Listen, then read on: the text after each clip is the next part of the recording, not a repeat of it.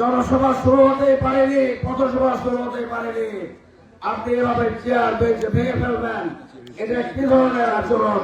আজকে আমরা দাঁড়িপাল্লা প্রতীকের পথসভা এসেছিলাম।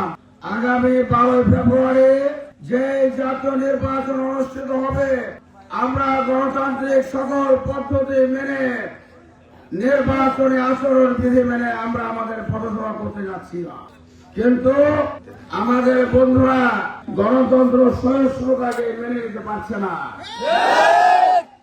আমরা আপনাদের বলবো, আপনারা ভোটাররা যারা আছেন, আগামী নির্বাচনের মাধ্যমে আমাদের দাঁড়িপাল্লা প্রতীককে বিজয়ী করে এই ধরনের সহিংসতার বর্বরতার প্রতিবাদ করবেন ইনশাআল্লাহ।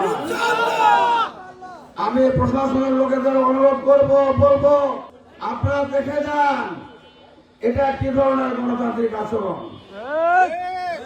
আপনার বক্তব্য থাকতে পারে, আপনি বক্তব্য রাখবেন, আমাদের বিরুদ্ধে আপনার কথা থাকতে পারে, আপনি কথা বলবেন, কিন্তু জনসভা শুরু হতেই পারেনি, পথসভা শুরু হতেই পারেনি, আপনি এভাবে চেয়ার বেঞ্চে ভেঙে ফেলবেন, এটা কি ধরনের আচরণ? আমি আপনাদের অনুরোধ করব, আপনাদেরকে আইনি ব্যবস্থা নিয়ে এর নিশ্চয়তা দিতে হবে, যাতে আগামী দিনে এই ধরনের কোন ঘটনা কোথাও সংঘটিত না হয়। আমি আবারও প্রশাসনের কাছে অনুরোধ রাখি, আমার কথা শেষ করতে চাচ্ছি। আমরা গণতান্ত্রিক আচরণে, নির্বাচন বিধির আচরণ মেনে আমরা আগামী দিনে চলবো ইনশাআল্লাহ।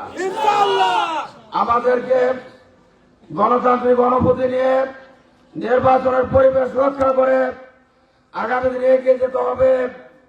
কোন শক্তি নেই আগামী নির্বাচনের দাঁড়িপাল্লার বিজয়কে ঠেকাতে পারে।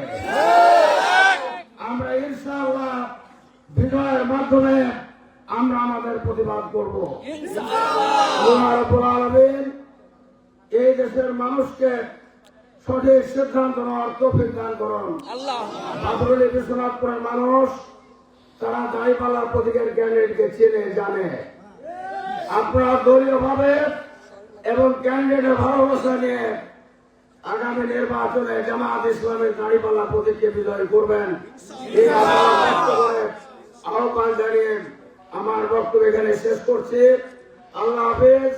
আবারও এই বর্বরতা, পৈশাচিকতা প্রতিরোধ করার জন্য স্থানীয় জনগণকে, ভোটারদেরকে আমি অনুরোধ রেখে আমার কথা শেষ করলাম।